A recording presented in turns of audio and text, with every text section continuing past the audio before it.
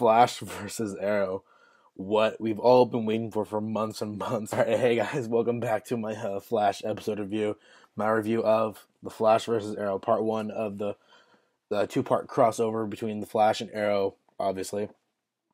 And this is such a fun episode for me on so many different levels because for me, going into it, I was very nervous, but also excited. But why I was nervous is because for me, as much as I love The Flash and Arrow as TV shows and characters, I I've always been worried about how the tones of the two shows are going to clash because for me, when I see the shows, I see them almost as two separate things, even though they are in the same universe. And when I see Arrow, I see like the darkness, not like darkness, but like the more serious tone of it. I'm like, okay, good. This is a good storytelling for a TV show. And then I see Flash, which is more fun and funny, more poppy. And like I enjoy that because it's kind of funny, kind of cute at times. Like, yeah, it's something it's what you would want in a superhero show. That's like supposed to be like a fun character. Like, excuse me, I have hiccups. I'm a little sick, so bear with me. And sorry for the coughs, guys. And for me, I was because of the clashing of the tones. I was like, okay, well, let's see how it goes. Because obviously there's been like the minor crossovers between the Flash and the Arrow universe, and like so far in this fall season, with Felicity coming on Arrow, like the cameos between the two in the beginning of the seasons, and like I don't mind that stuff, but for me, like what I was worried about was, how is the seriousness of Arrow gonna affect like the more lighthearted tone of the Flash? I mean, it's like, obviously I was looking forward to it like anyone else. Clearly, I'm like you guys know. If you guys watch my stuff, you know how big of a fan I am of Arrow and Flash. And I've been waiting for this for so long, and was such a fun episode. And the fight. Okay, the first thing I'm gonna talk about is the fight.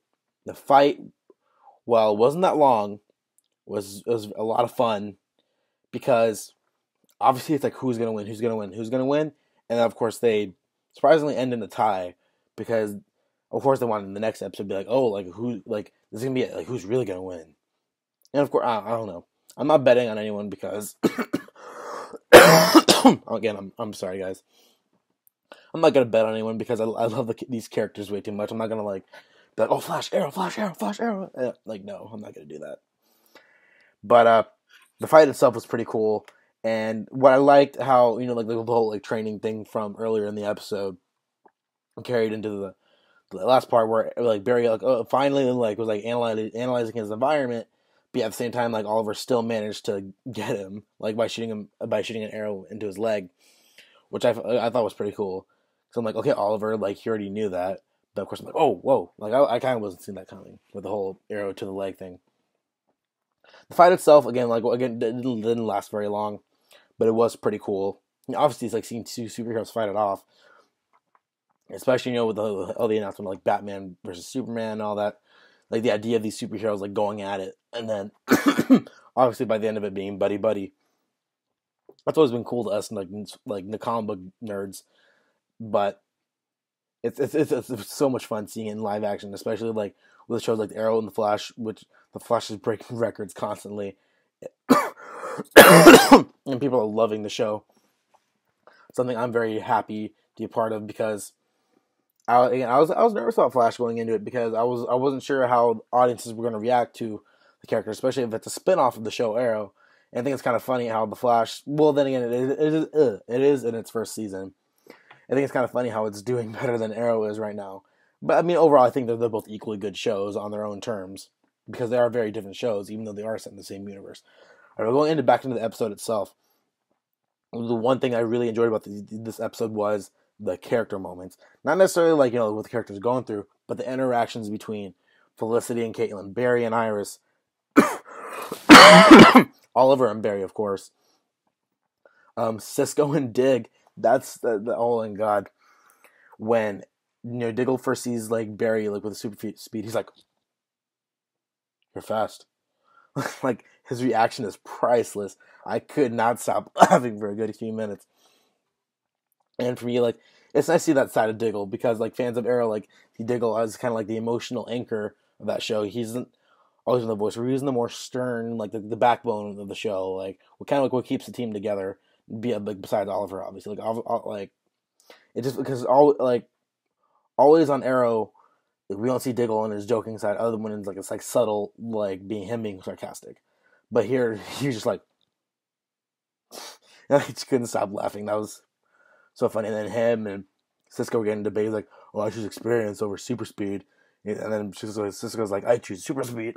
Sorry, guys. Again, sorry for me being sick. I wish I wasn't, especially during the best week. And going back into what I was saying about Diggle, it was fun seeing that side of him. That he's like obviously choosing Oliver's side because he's on Oliver's team, and just like him kind of like acting a little immature. And it's funny because I feel like everyone else, like Felicity was always being Felicity in this episode. It was funny seeing like Oliver and Diggle being a little more immature in this episode. Like obviously like on Arrow they are very serious. They don't really joke around because they have too much like serious shit going on. But the one question I do have is, where the hell was Roy? Like he's part of Team Arrow. He's like, "Oh no, I'm gonna sit this one out. Yeah, I'm gonna hang out with my friend Thea. Gonna hang out with her." Like I don't know where the hell Roy was. I guess we'll find out tonight because I'm actually recording this at 1:03 in the morning on Wednesday. But back to character interactions.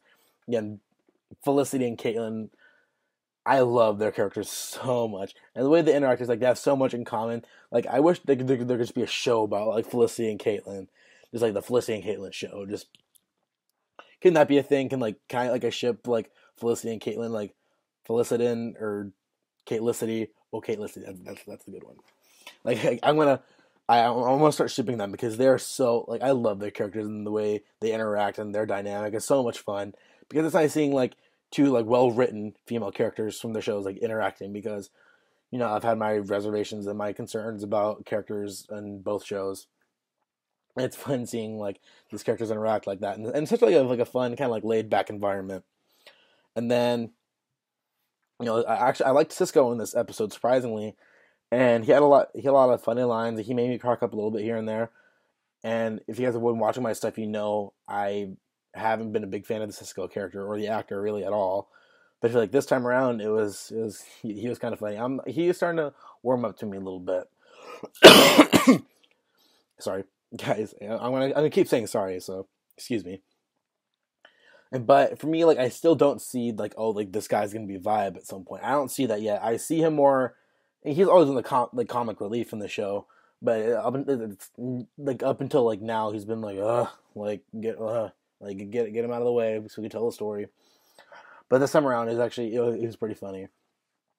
But I feel like the episode itself didn't take itself too seriously, and I enjoyed that because it is two superheroes fighting, and we see them going at it, and the interactions between all the characters. Everyone's like besides like what's going on in the episode itself. With the villain and Barry and Iris and the whole Eddie situation and Joe, like the episode itself, the whole Flash versus Arrow stuff, what's going on, it's very fun, very campy, not very serious, not taking itself way too seriously, and I enjoy that. Like they want you to have fun with it, they want you to enjoy it because if you take it way too seriously, then I don't know, the audience may not react the way they would want you to.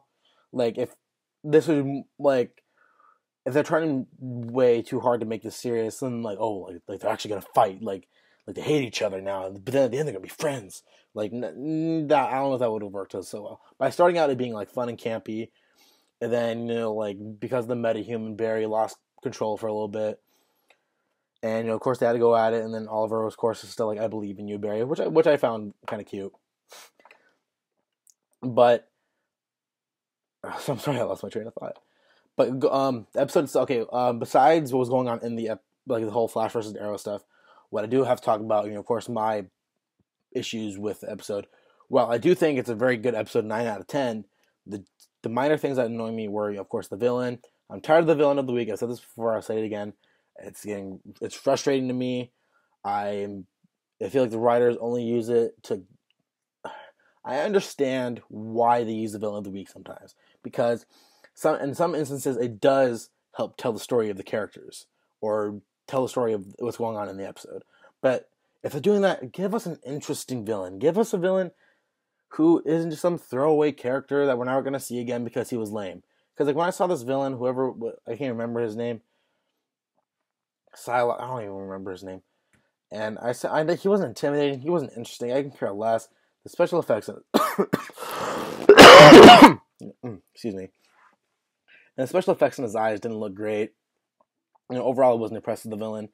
And of course, again, like I understand why they choose to do the villain of the week sometimes, but it's like give us like an interesting villain. Like, like remember like last year, like season 2 of Arrow, they had Dollmaker. He was a villain of the week, but they made him interesting. They made him like creepy. They made him scary. They made him like, and of course they kill him by the end, which sucked.